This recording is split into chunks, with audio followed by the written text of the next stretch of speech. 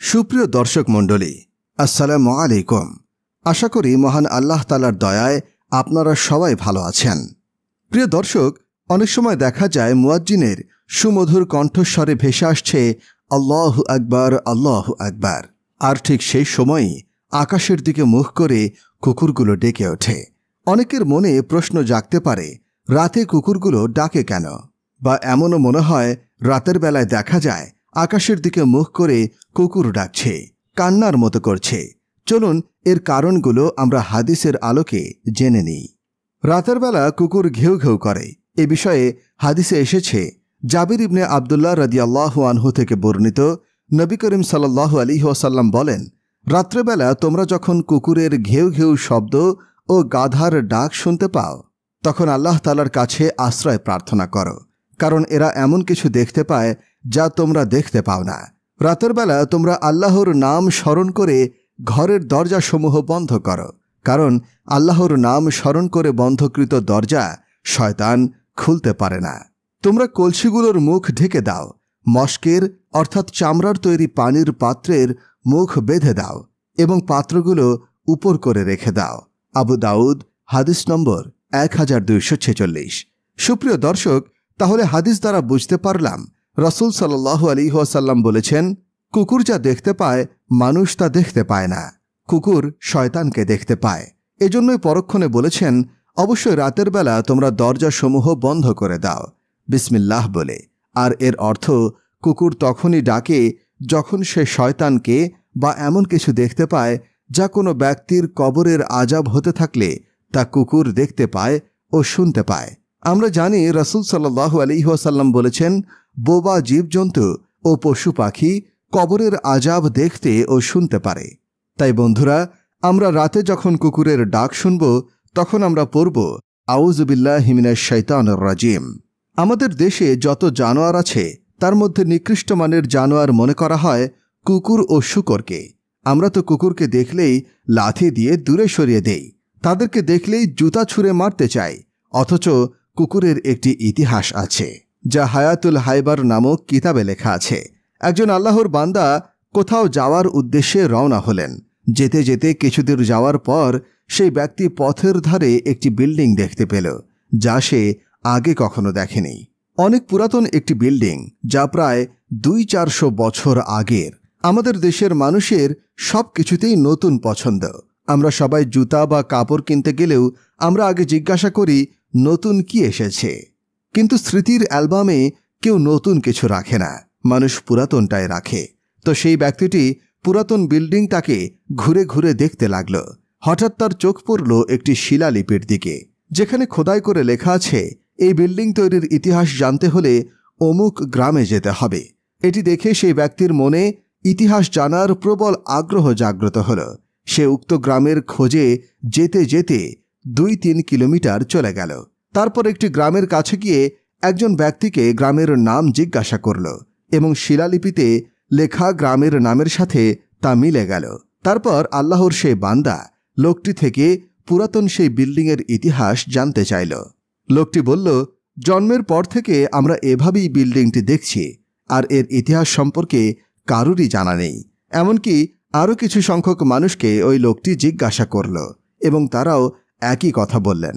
তারপর ওই ব্যক্তি মন খারাপ করে চলে আসছিল এবং ভাবছিল, খোদাই করে কি তাহলে মিথ্যা কথা লেখা আছে?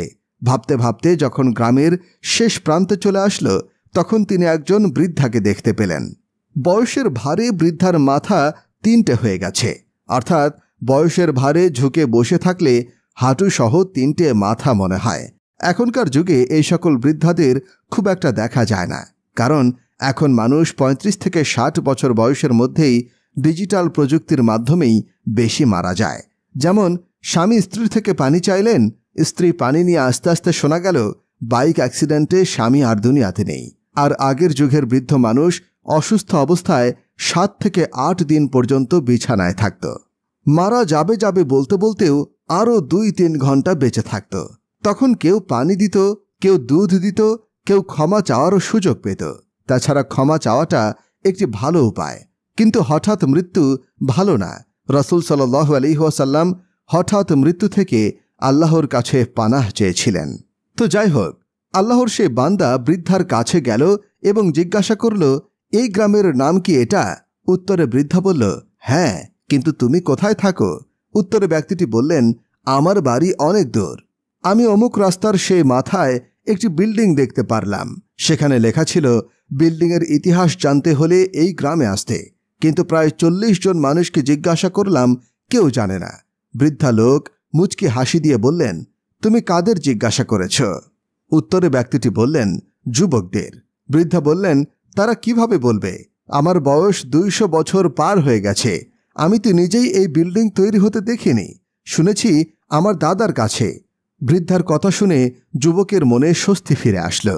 যুবক ইতিহাস জানতে চাইলে বৃদ্ধা তার কাছে টেনে নিয়ে তাকে বসিয়ে বলতে লাগল। বৃদ্ধা বলতে শুরু করল, এই রাস্তা দিয়ে আসার সময় যত গ্রাম, মহল্লা, জমি জমা তুমি দেখেছ, সব জমি জমার মালিক ছিল একজন জমিদার। সেই জমিদারের অনেক চাকর বাকর ছিল, খাদেমের কোনো অভাব ছিল না। তবে জমিদারের স্মরণীয় বস্তুর ভিতরে ছিল একটি পালতী কুকুর। সেই কুকুরটি জমিদারকে সাংঘাতিক মহব্বত করত। একটু মুহূর্তের জন্য কুকুর জমিদারকে ছেড়ে যেত না। জমিদার যখন গোসল করত তখন কুকুরটি জমিদারের কাপড় পাহারা দিত। জমিদার যতক্ষণ বাথরুমে যেত তখন কুকুরটি বাথরুমের দরজার সামনে দাঁড়িয়ে থাকত এবং জমিদার যখন ঘুমাতে যেত তখন কুকুরটি তার ঘরের আশেপাশে পাহারা দিত। একদিন জমিদার এক ভিআইপি মহলে যাওয়ার কথা। জমিদার চিন্তা করতে লাগলেন, কুকুরটি তো আমাকে ছাড়া এক মুহূর্তও থাকে না। আমি ভিআইপি মহলে যাব, কুকুরটি আমার সাথে গেলে আমার মান সম্মান থাকবে না। এজন্য সে বুদ্ধি করে একটা ঘরের ভিতরে ঢুকল। কুকুর তার সাথে সাথে ঘরে ঢুকল। চাকরদেরকে বলে সেই ঘরের দরজা বন্ধ করে দিল জমিদার এবং তারপর কুকুরের গলায় শিকল লাগিয়ে দেওয়া হলো এবং শক্ত পিলারের সাথে বেঁধে রাখা হলো। তারপর জমিদার বাবুর্চিকে বলল, আমি এক ভিআইপি মিটিংয়ে যাচ্ছি এবং আমি বাহিরের খাবার পছন্দ করি না, তাই আমার জন্য কিছু আইটেম খাবার রান্না করো। তারপর মালিক যখন চলে যেতে লাগলো তখন কুকুরটি তার মালিকের সাথে যেতে না পেরে লাফালাফি করতে লাগলো। মালিক যখন বহু দূর চলে গেল কুকুর তখন নিজেকে কন্ট্রোল করতে না পেরে বিকট আওয়াজে মালিককে ডাকতে লাগল। কুকুরের ডাক শুনে প্রতিবেশীরা জমা হয়ে গেল এবং কিছু সময় ধরে কুকুরের কীর্তিকলাপগুলো দেখল। এর কিছুক্ষণ পর যে যার কাজে চলে গেল, কিন্তু জমিদারের একজন বোবা কাজের মেয়ে কুকুরের কার্যকলাপ প্রত্যক্ষ করছিল। এই সময় বাবুর্চি খাবার তৈরি করে ওই ঘরেরই তাকের উপরে রেখে দিল। ঘরের মধ্যে কেউই নেই, শুধু কুকুর আর বোবা মেয়েটি। এর কিছুক্ষণ পর হঠাৎ দেখতে পেল একটি কালো বিষধর সাপ কোথা থেকে উড়ে এসে বাবুর্চির রেখে যাওয়া উক্ত খাবারের মধ্যে মুখ দিয়ে কিছুক্ষণ থাকার পর আবার উড়ে চলে গেল। উক্ত ঘটনা কুকুর আর বোবা মেয়েটি ছাড়া আর কেউ দেখতে পেল না। মেয়েটি চিন্তা করল, এখন যদি আমি এখান থেকে চলে যাই এবং মালিক এসে পাত্রে রাখা খাবার খেয়ে ফেলে তাহলে বিষক্রিয়ায় অবশ্যই মালিক মারা যাবেন। তাই কাজের মেয়েটি সেখানেই বসে রইল। কিছুক্ষণ পর মালিক আসলো এবং বোবা মেয়েটি কথা বলতে পারে না, তাই অঙ্গভঙ্গিমায় বুঝাতে চাইল মালিক ওই পাত্রে রাখা খাবারে হাত দিবেন না, জীবন বিপন্ন হবে। কিন্তু যেহেতু কাজের মেয়ে তার উপরে আবার বোবা, তাই জমিদার কাজের মেয়ের কথায় কর্ণপাত না করে নিজের গতিতে খাবারের কাছে গিয়ে খাবারে হাত দিল। যেই জমিদার পাত্রে হাত লাগালো অমনি শিকলে বন্দি কুকুরটি পাগলের মতো লাফালাফি করতে লাগলো। অতিরিক্ত পাগলামি দেখে মালিক কুকুরটিকে ধমক দিল। অন্যান্য সময় মালিক একবার ধমক দিলেই কুকুর নিয়ন্ত্রণে চলে আসে, কিন্তু আজ যতই ধমক দেয় কুকুর নিয়ন্ত্রণে আসে না। মালিক কুকুরের ভাষা বুঝল না। এক পর্যায়ে যখন মালিক পাত্রটি নিয়ে মাটিতে রাখলেন তখন কুকুরটি মাথা ছিঁড়ে যাওয়ার অবস্থা করতে লাগল। কোনো রকম পিছনে পা দিয়ে ঠেলে কিছু খাবার মাটিতে ফেলে দিল, আর যেই মাত্র খাবার মাটিতে ফেলে দিল মালিক দেখে রাগ হয়ে গেল। এক পর্যায়ে ক্রোধে মালিক কুকুরটিকে আঘাত করতে লাগল এবং কুকুর রক্তাক্ত হয়ে গেল। কিন্তু কুকুর তারপরেও তার মিশন থেকে পিছু হটেনি। কুকুরকে ধমকানো শাসানোর পরও কুকুর থামে না। এক পর্যায়ে মালিক দাঁড়িয়ে ক্রোধে চিন্তা করলেন, যে খাবারের মধ্যে কুকুরের পায়ের ছোঁয়া লেগেছে সেই খাবার তো খাওয়া যাবে না। কুকুর শুধু চিন্তা করছে, যদি মালিক খাবারে মুখ দেয় তাহলে তো মালিককে আর বাঁচানো যাবে না। কুকুর শুধু লাফালাফি করছে।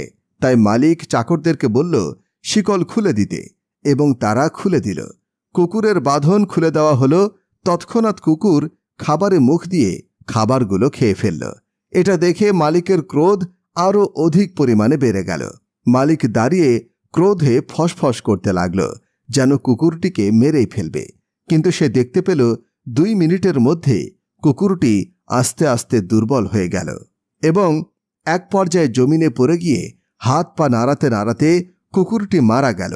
মালিকের মস্তিষ্ক তখন খুলে গেল। ব্যাপার কি? কুকুর খাবারে মুখ দেওয়ার পরে এভাবে মারা গেল কেন? এরই মধ্যে সেই বোবা মেয়েটির দিকে মনোযোগী হল জমিদার। তিনি জিজ্ঞাসা করলেন, কি হয়েছে খুলে বলতো? তখন বোবা কাজের মেয়েটি চোখের পানি ছেড়ে দিয়ে অঙ্গভঙ্গিমায় বুঝালো, ঘরের মধ্যে কেউ ছিল না, আমি আর কুকুর ছিলাম। তখন বাবুর্চি খাবার তৈরি করে মুখ না ঢেকেই চলে গেল। আমরা নিজের চোখে দেখতে পেলাম উড়ন্ত একটি কালো বিষধর সাপ এসে আপনার খাবারে মুখ দিল। আমি চিন্তা করলাম, আমি যদি এখান থেকে চলে যাই এবং এমতাবস্থায় আপনি যদি এসে খাবারে মুখ দেন, তাহলে আপনি বাঁচবেন না।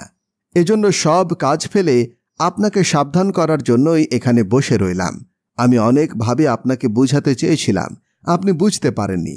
এক পর্যায়ে যখন আপনি সেই বিষযুক্ত খাবারে হাত দিলেন, তখন আপনার সেই কুকুরটি নিজেকে নিয়ন্ত্রণ করতে পারছিল না।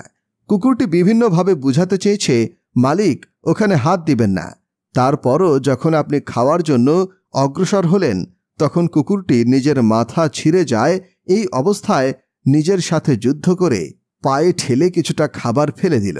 তারপরও কুকুর চিন্তা করল, এখনও পাত্রের মধ্যে খাবার আছে, আপনি যদি তা খেয়ে ফেলেন তাহলে মালিককে তো বাঁচানো যাবে না। কুকুরটি আপনাকে বোঝাতে চেয়েছিল, কিন্তু আপনি বুঝতে পারেননি। তারপর কুকুরটি নিজের জীবন দিয়ে বুঝিয়ে দিল, কিন্তু আপনার কোনো ক্ষতি হতে দিল না। তাই প্রিয় দর্শক, আপনাদের কাছে জিজ্ঞাসা করতে চাই, কুকুর নিজের মালিককে বাঁচানোর জন্য নিজের জীবন বিসর্জন দেয়, অথচ মালিক কুকুরের জন্য খাবারের কোনো মেনু দেয়নি, থাকার জন্য একটা সুন্দর কোনো ঘর তৈরি করে দেয়নি, বরং কুকুর নিজে জাগ্রত থেকে সারা রাত তার মালিককে পাহারা দিল এবং সে মালিক কুকুরকে 2-3 দিন পর পর খাবার দিল। সে কুকুর যদি এমন মালিকের জন্য জীবন দেয়, তাহলে মুসলমান ভাইয়েরা, আমাদের মালিক তো আমাদের জন্য খাবারের মেনু দিয়েছেন, আমাদের মালিক তো থাকার জন্য উন্নত ব্যবস্থা করেছেন। শুধু তাই নয়, কুকুর নিজে রাত জেগে নিজের মালিকের পাহারাদারি করেছে, আর আমাদের মালিক তো নিজে রাত জেগে আমাদের জন্য পাহারাদারি করেন। আমাদের মালিক বলেন, ও আমার বান্দাবান্দি, তোমরা রাতের বেলা ঘুমিয়ে থাকো, আমি কিন্তু একটা মুহূর্তের জন্যও ঘুমাই না। আমি যদি ঘুমিয়ে যাই এক মুহূর্তের জন্যেও, আমার কোনো বান্দাবান্দি যদি মুসিবতের মধ্যে পড়ে এবং সে আমাকে যদি ডাক দেয়, তখন কে তাকে মুসিবত থেকে উদ্ধার করবে? আল্লাহ তাআলা সব সময় সর্বময় ক্ষমতার অধিকারী। প্রতিনিয়ত তোমাদের সাহায্য করি। আমি রহমানের রহিম, আমি সেই সৃষ্টিকর্তা যিনি নাপাক পানি থেকে তোমাদের সৃষ্টি করেছেন। আমি সেই সৃষ্টিকর্তা, আমি সেখান থেকে তোমাদের সৃষ্টি করেছি যেখানে তোমাদের কোনো অস্তিত্ব ছিল না। আমি আমার চোখের ভিতর কোনো তন্দ্রা ভাবও আসতে দেই না। যে আল্লাহ রাব্বুল আলামিন আমাদের সহযোগিতার জন্য সব সময় জেগে রইলেন, এমন মহিমান্বিত রব থেকে আমাদের কে দূরে সরিয়ে দিল? শেষ পর্যন্ত যখন বোবা মেয়েটি থেকে জমিদার সব কথা জানলেন, তখন জমিদার চোখের পানি ছেড়ে দিয়ে অনেক সময় ধরে ক্রোধন করলেন।